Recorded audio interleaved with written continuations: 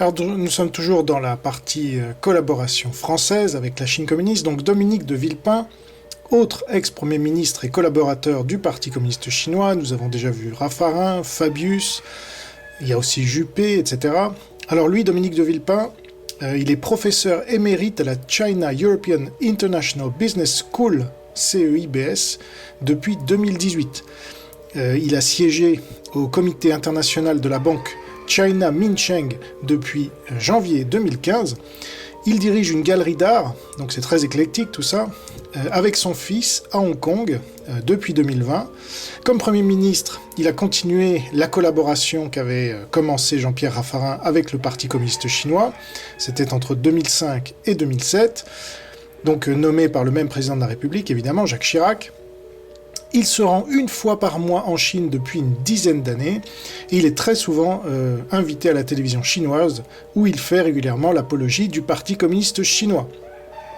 Donc ça, c'est un vrai collabo du Parti communiste chinois, sachant qu'il cible les premiers ministres, notamment les ex-premiers ministres, notamment pour leur carnet d'adresses. C'est la même chose en Angleterre, par exemple, où Tony Blair, ou Gordon Brown, ou James Cameron sont des agents du Parti communiste chinois. Alors, il y a eu des retournements de veste. Guillaume Pelletier, qui est, je crois, le numéro 2 de LR, disait en avril 2020, dans Le Parisien, « La Chine et l'OMS ont menti ». Le vice-président délégué de LR nous annonce qu'il va déposer lundi une résolution pour créer un tribunal sanitaire international afin de juger la Chine. Il réclame que les autoroutes baissent leurs tarifs de moitié cet été. On ne voyait pas trop le rapport, mais voilà, ça faisait partie des rares politiciens, avec Roselyne Bachelot également, qui avait parlé d'attitude criminelle de la Chine le 30 mars 2020 sur le plateau de C'est à vous.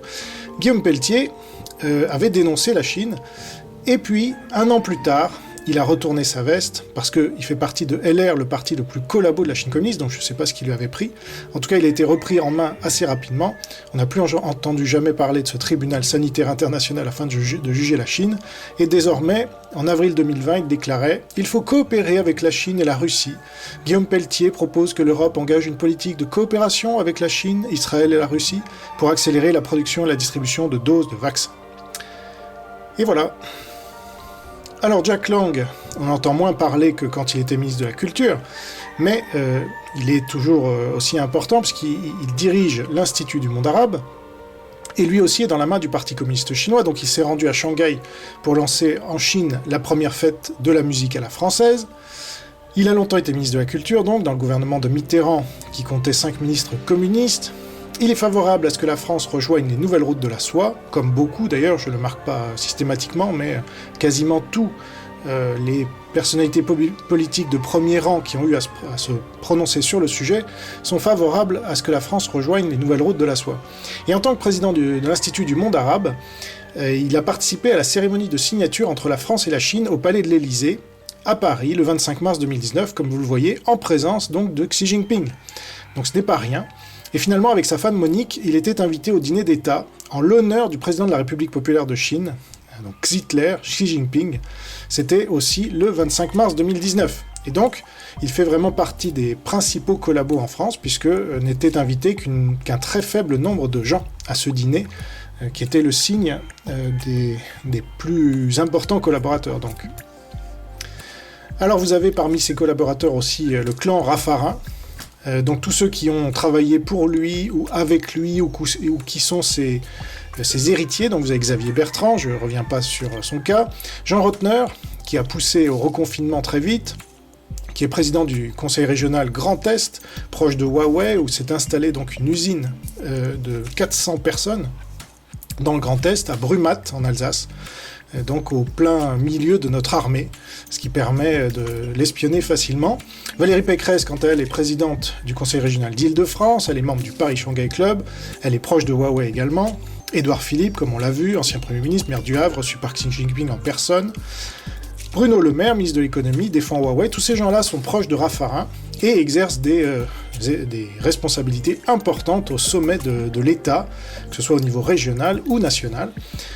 Et puis, parmi les autres, vous avez le ministre quand même Franck Riester, qu'on voit ici avec Jean-Pierre Raffarin, qui ne cesse de lui tresser des lauriers, qui a été le premier ministre en France à être touché par le virus du Parti communiste chinois, c'est sans doute pas un hasard. Alain Juppé, qui a, dès 1998, créé le jumelage entre Bordeaux, sa ville, et Wuhan, où on a trouvé d'ailleurs un variant très rare récemment. François Fillon, mais qui a finalement été éliminé, mais c'était le grand espoir de la Chine communiste. Benoît Apparu et Thierry Breton, commissaire, donc le seul commissaire français de l'Union européenne, de la Commission européenne, et donc, comme on l'a vu, membre du Paris Shanghai Club et qui est en train de mettre en place le fameux et infâme pass sanitaire. Donc Jean Rotner, en détail, donc ce président du Grand Est, membre de LR, il a appelé donc au reconfinement le 26 octobre 2020. Je vous rappelle que le confinement est une mesure poussée par la Chine communiste pour pousser l'Occident au suicide économique et social. Il a accueilli le consul général de la Chine à Strasbourg le 9 novembre 2017. Il s'en est félicité, vous voyez, ces gens-là sont tous sourires. Il s'est rendu en Chine pour signer un partenariat le 16 mai 2018, donc il y a une certaine constance dans la collaboration. La région Grand Est fut la première région la plus touchée par le virus du Parti communiste chinois en mars 2020, notamment on a accusé les évangéliques, mais en fait on s'est rendu compte qu'il y avait une série chinoise qui était tournée à Colmar, et donc où il y avait beaucoup de Chinois qui avaient infecté les gens. Et donc on a accusé, une fois de plus, les chrétiens pour rien. C'était un bouc émissaire pratique, notamment Jean-Luc Mélenchon, l'ami de la Chine communiste, qui les a tout de suite accusés. Huawei a annoncé l'installation de sa première usine à l'étranger, dans la région Grand Est, comme je vous l'ai dit, et donc il fait partie du clan Raffarin. Renaud Muselier roule aussi pour le Parti communiste chinois, depuis au moins 2002, puisqu'il était secrétaire d'État aux affaires étrangères sous Raffarin entre 2002 et 2005, vous voyez ici avec Chirac et Raffarin. Il a remplacé son ami et pantin de Pékin Christian Estrosi à la tête de la région Provence-Alpes-Côte d'Azur, c'était le 8 mai 2017, donc il connaît bien la maison.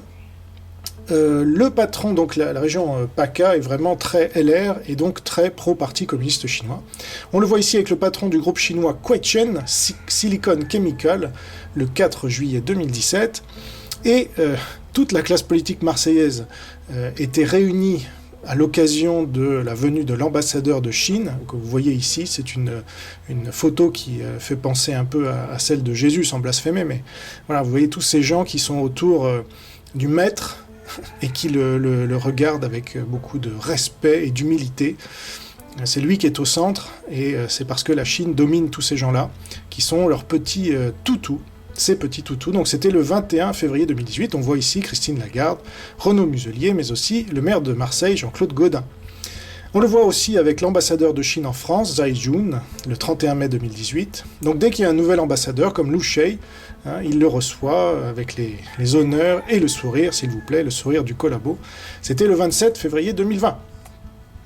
Alors Valérie Pécresse, elle aussi, donc, on l'a vu, membre du club Raffarin, mais elle est aussi membre du Paris Shanghai Club, qu'a créé Raffarin. Elle était avec le maire de Pékin, Chen Jining, le 12 juin 2018 en Chine pour signer tout un tas d'accords au nom de la région Île-de-France qu'elle dirige. Alors, voilà ce que disait Jean-Pierre Raffarin à propos d'elle le 13 octobre 2016. C'est une responsable politique de grande qualité, elle est très dynamique, elle a été un bon ministre, c'est quelqu'un qui a de l'étoffe, qui sait décider, qui sait travailler, elle a la dimension pour Matignon. Voilà, j'imite très mal Raffarin, mais voilà en gros ce qu'il disait. Et puis, elle a attribué une aide de 800 000 euros quand même, aide publique évidemment, donc l'argent des habitants de l'Île-de-France, à un entrepreneur chinois visé depuis 2014 par une enquête préliminaire du parquet national financier pour blanchiment et fraude fiscale après une plainte du fisc. Mais tout va bien dans le bon royaume de France. Alors Xavier Bertrand, lui, défendait son accord avec le Parti communiste chinois en 2009, quand il dirigeait l'UMP.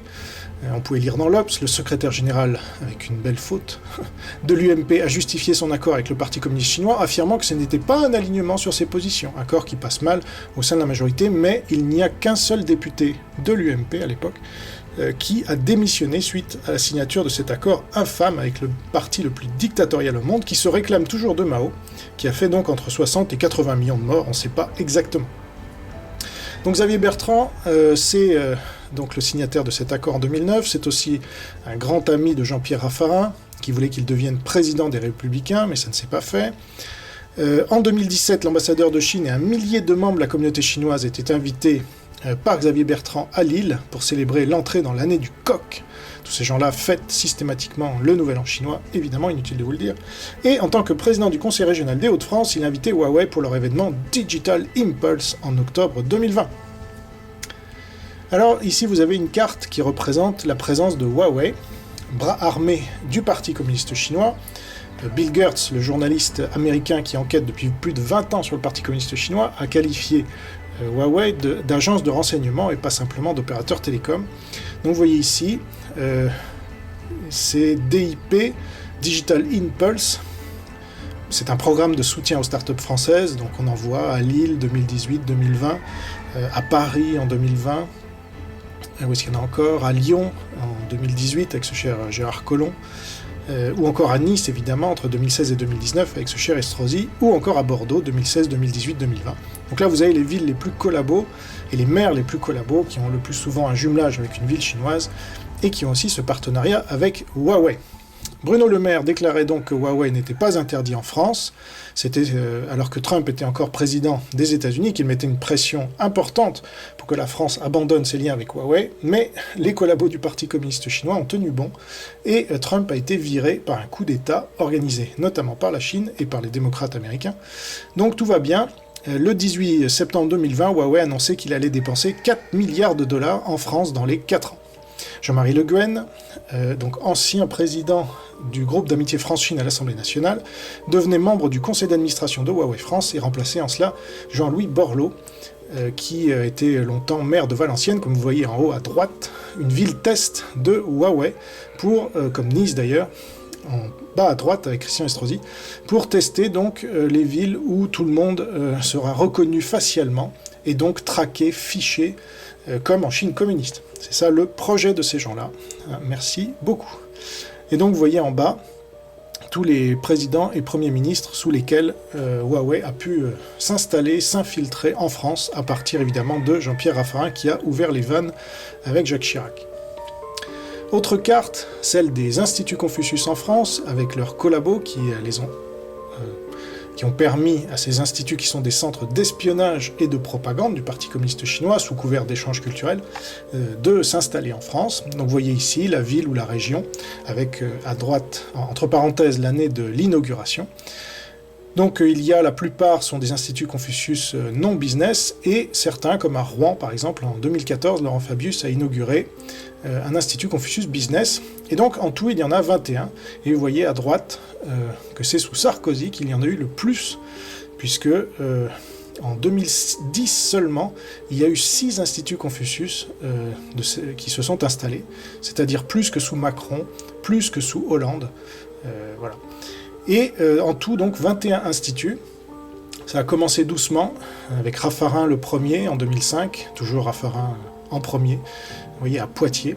Et ensuite, petit à petit, au fur et à mesure des accords, y compris donc à Nice, avec la Côte d'Azur, et Frédérique Vidal, qui a négocié cela quand elle était directrice de l'université de Nice, avec l'accord évidemment du collabo Estrosi. Et puis l'année d'après, elle est devenue ministre de l'enseignement supérieur. Tout cela est fortuit, est une coïncidence, évidemment. Donc, vous voyez un peu l'implantation de ces instituts Confucius. Il faut savoir qu'aux États-Unis, sous Trump, vous avez une quarantaine d'instituts Confucius sur 100 qui ont été fermés. Depuis, ils ne cessent de s'en fermer, même sous Joe Biden.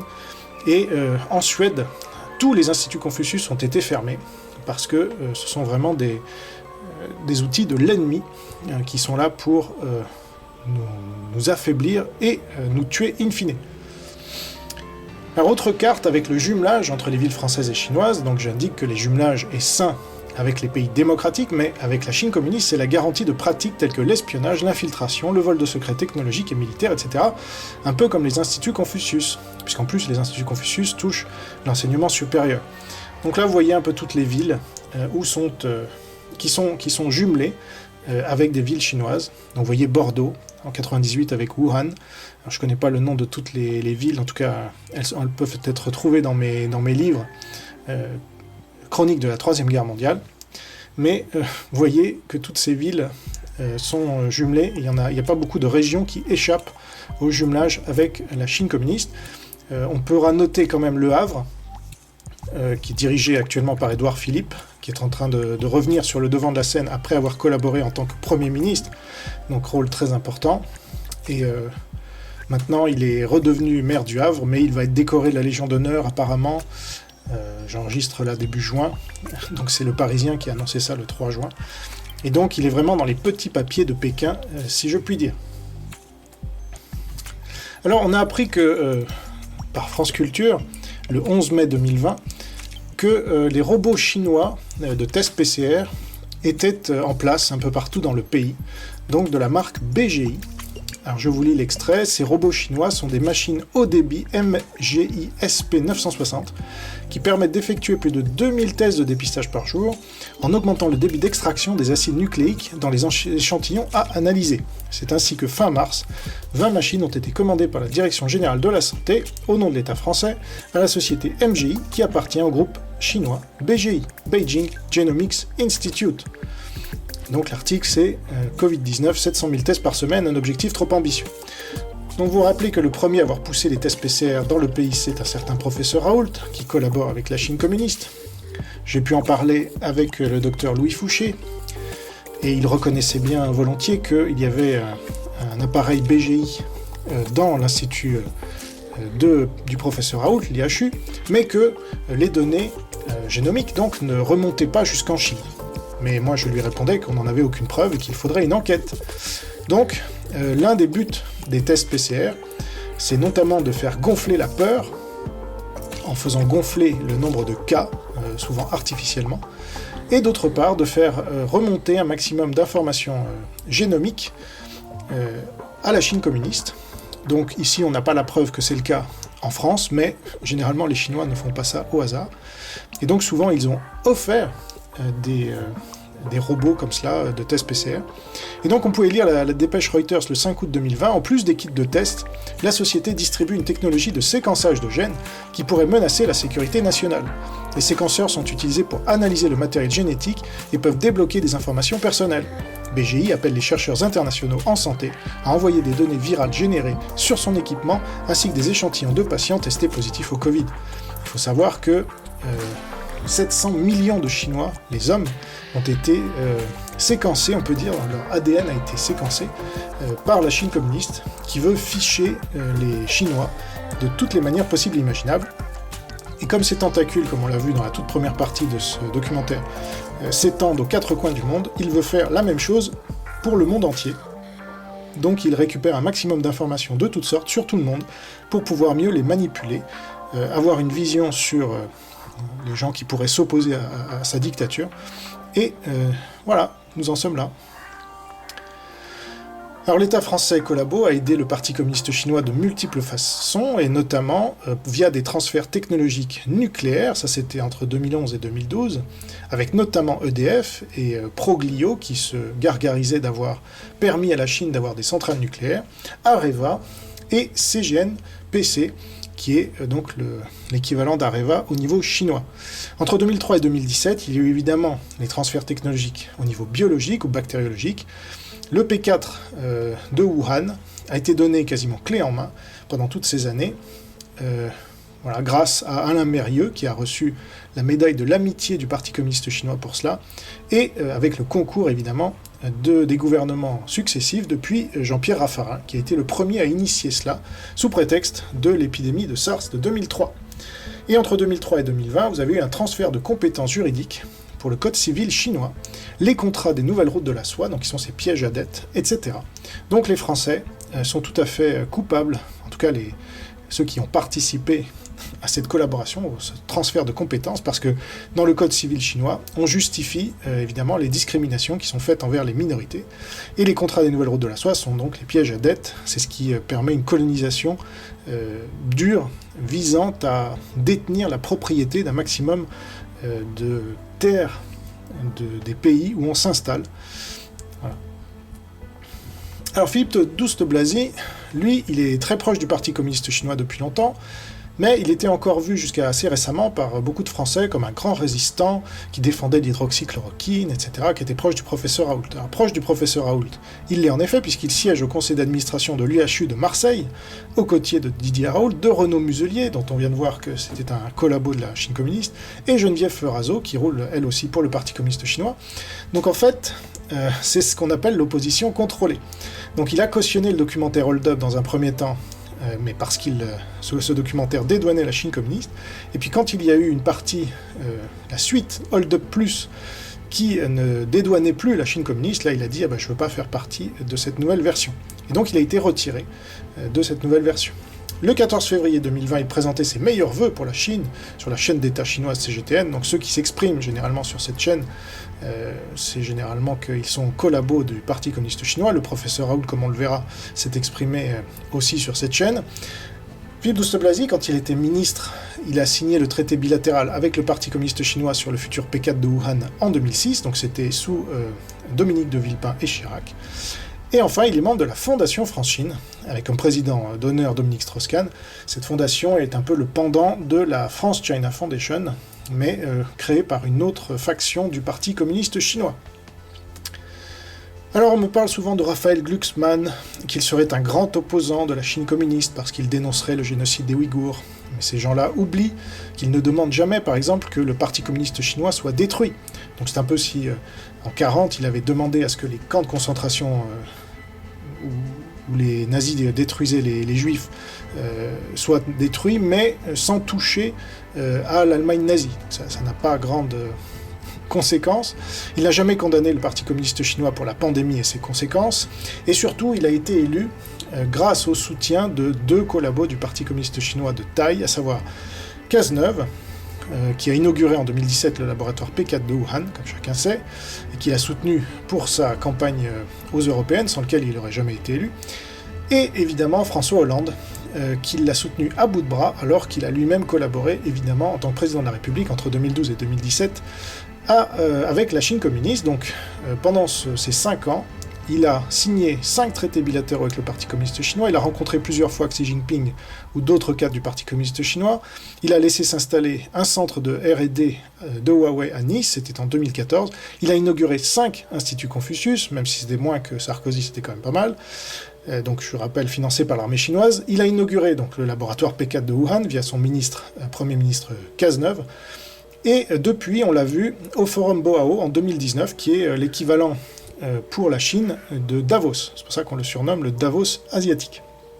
Donc, Raphaël Glucksmann, évidemment, n'est pas sincère, il joue sur tous les tableaux. Alors j'ai écrit une lettre ouverte à Éric Zemmour, qui apparemment voudrait se présenter peut-être aux élections présidentielles. Au moment où j'écris, ce n'est pas encore sûr, mais on a appris, donc fin avril 2021, qu'il avait créé un compte sur TikTok. TikTok, c'est donc ce réseau social chinois qui est un véritable aspirateur de données et un aimant à pédophiles. Donc je lui ai écrit « Cher Éric Zemmour, je vous prierai de reconsidérer votre choix d'avoir un compte sur TikTok pour 2 raisons principales. 1. TikTok est démontré comme étant un aspirateur de données infiniment plus puissant que les GAFAM, concernant les enfants et les adolescents particulièrement, tout allant directement au Parti communiste chinois qui analyse et garde ces données des dizaines d'années ensuite dans un but de chantage et de flicage. 2. TikTok est considéré par la police française comme le principal site grand public qui attire les pédophiles. C'est un des problèmes majeurs de TikTok, c'est cet algorithme qui encourage à montrer de plus en plus pour obtenir des vues. Les pédophiles ont un but, entrer en contact avec l'enfant qui a posté cette vidéo, et ils vont le pousser à faire autre chose. TikTok est leur terrain de jeu favori, et c'est ce que déclarait Pierre Penalba, commandant de groupe de lutte contre la cybercriminalité, à complément d'enquête sur France 2 le 14 janvier 2021. Le fait que Macron et Chiappa soient dessus, c'est-à-dire sur TikTok, ne sont pas une excuse, au contraire, si vous vous positionnez comme un de leurs opposants politiques. Ne tombez pas dans les pièges de l'ennemi et pensez aux enfants, merci. Mais, comme on le sait, Éric Zemmour ne considère pas la Chine communiste comme un ennemi. Il est admiratif de Jacques Bainville, qui a su, à l'avance, détecter qu'il y aurait une guerre mondiale avec Hitler et l'Allemagne nazie. Malheureusement, lui, il n'arrive pas à voir que la Troisième Guerre mondiale donc, a déjà été déclarée par la Chine communiste. Et même ça, il ne le comprend pas. Alors, passons un peu au professeur Raoult. C'est un gros morceau, donc il y a une opposition de façade autour du professeur Didier Raoult, alimentée par les médias, qui opposent, par exemple, au professeur Raoult, quelqu'un comme le docteur, il n'est pas professeur, Laurent Alexandre, avec lequel j'ai eu l'occasion de débattre. Or, quasiment rien n'oppose ces gens-là.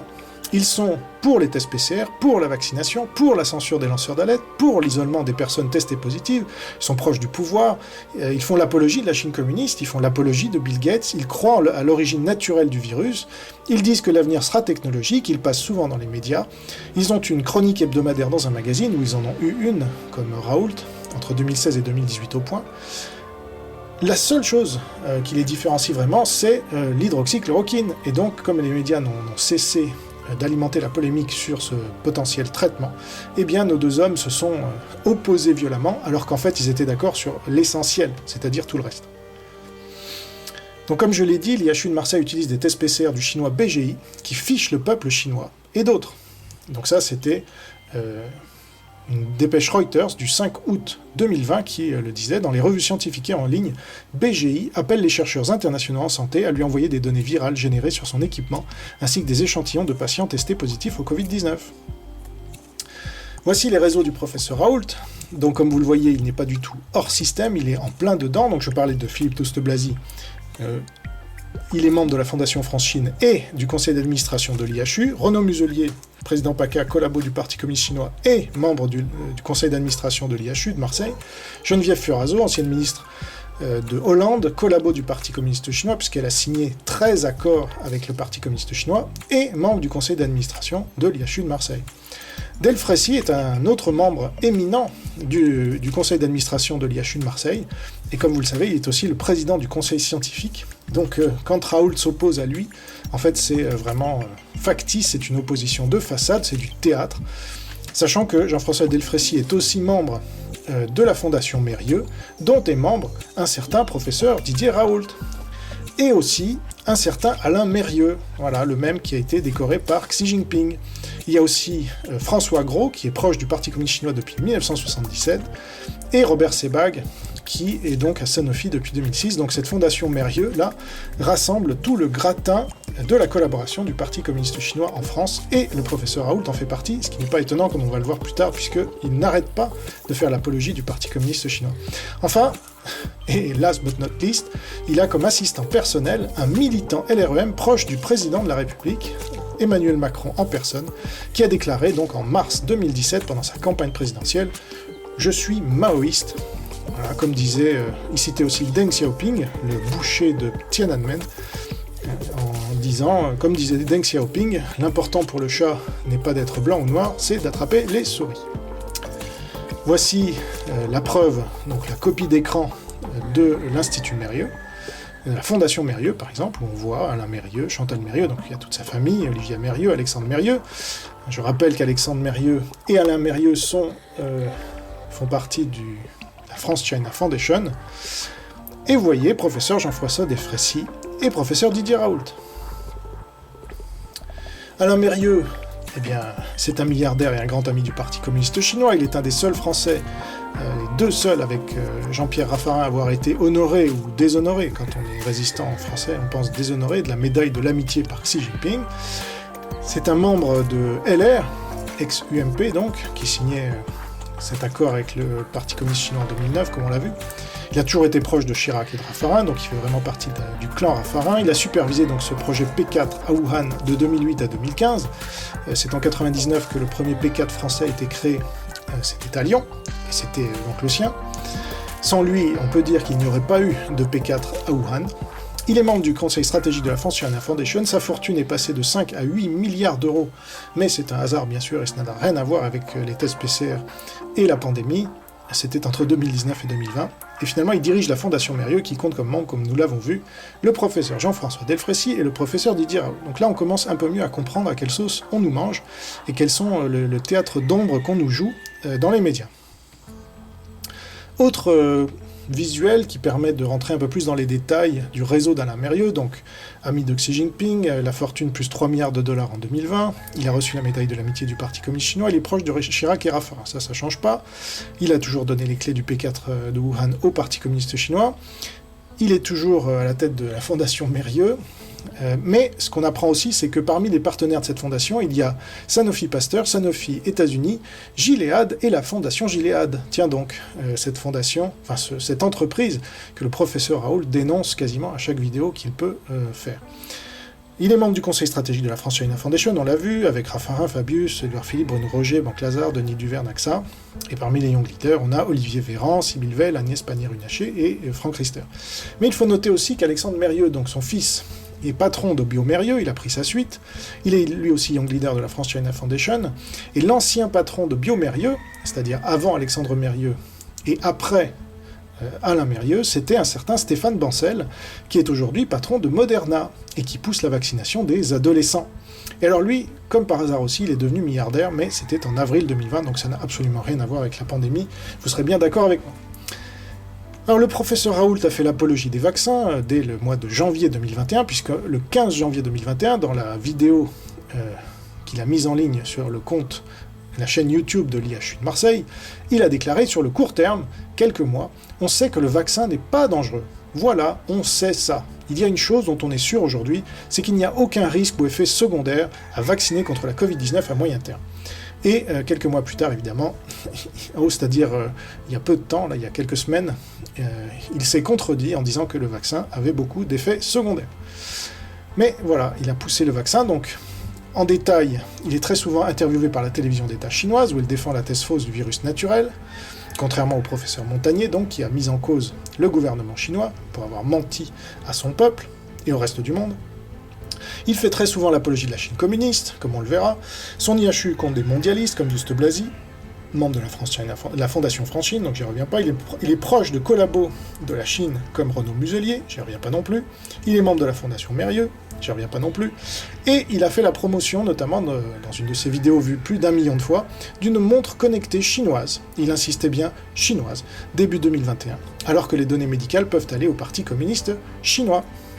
Ça ne dérange pas ce cher professeur Raoult. Donc voici quelques citations que j'ai pu relever, mais il en fait quasiment une ou deux par vidéo qu'il fait depuis...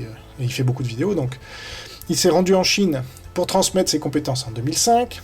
Il explique avoir été impressionné lors de ce voyage en Chine par l'organisation et la stratégie chinoise. Alors la Chine était alors très en retard sur la France, qui lui a donné, je rappelle, les clés du P4, du futur P4 de Wuhan. Donc c'est faux. Au niveau virologique, ils étaient très en retard. Mais lui disait qu'ils étaient très en avance. Ah bon. Ensuite, il a accordé une interview à CGTN, donc la chaîne de propagande du Parti communiste chinois, où il a fait l'apologie de la Chine, c'était le 14 février 2020. Le 30 avril 2020, sur BFM TV, il a déclaré « Je n'ai aucune raison de remettre en question les chiffres des morts chinois du virus.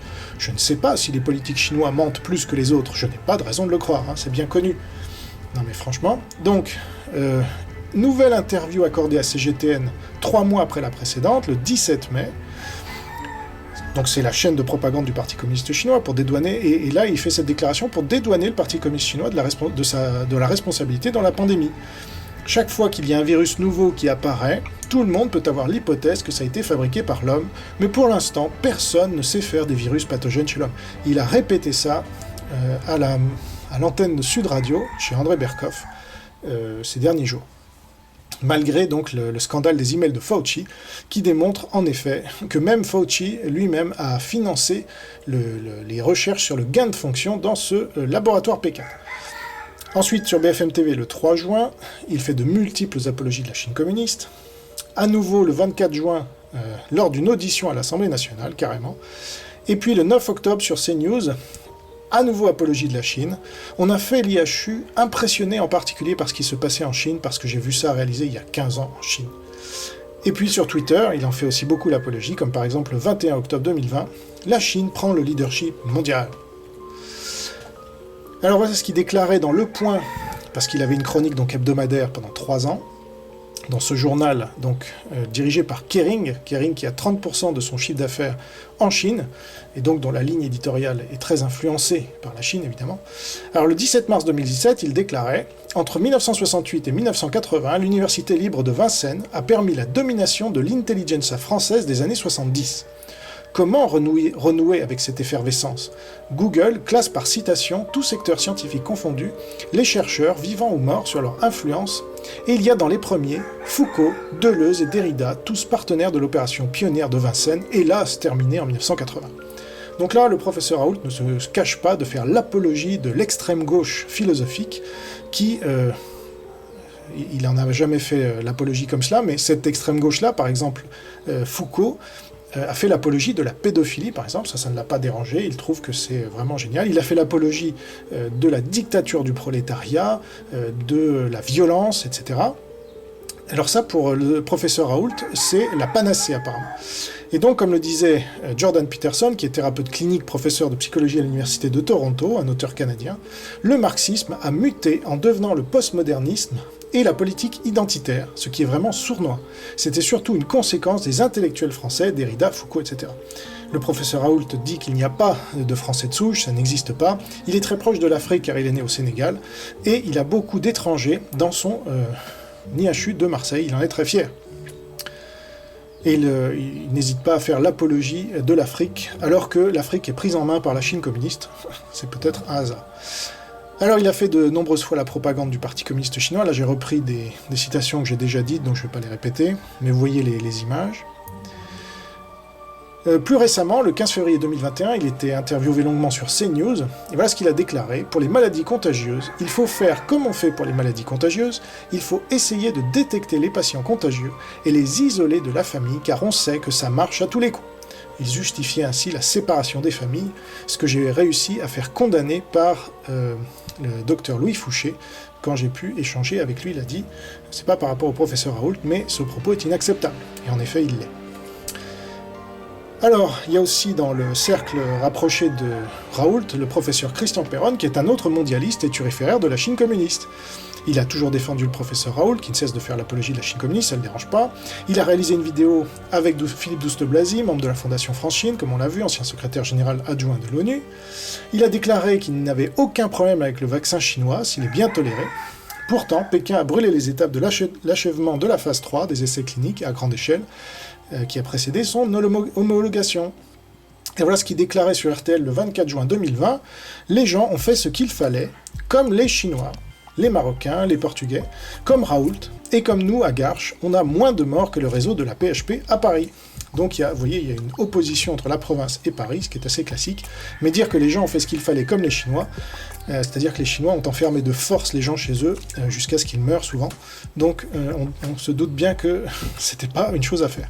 Finalement, il a été vice-président entre 2009 et 2019, ce qui fait plus de 10 ans, un groupe de travail pour l'OMS, qui est le toutou de la Chine communiste. Donc, c'est pas non plus terrible. Et voilà ce qu'il déclarait le 22 septembre 2020, sur l'antenne de Sud Radio. Le vaccin chinois, ils prennent le virus, l'inactivent, après l'injectent pour qu'on prenne une immunité face au virus qui est tué. Ça, c'est l'approche tout à fait classique qu'on fait avec beaucoup de virus. Je dirais que c'est un vaccin très traditionnel, et moi, s'il est bien toléré, je n'ai pas du tout d'état d'âme avec ce type de vaccin.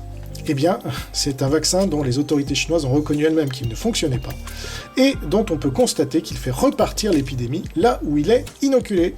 Merci, professeur Perron.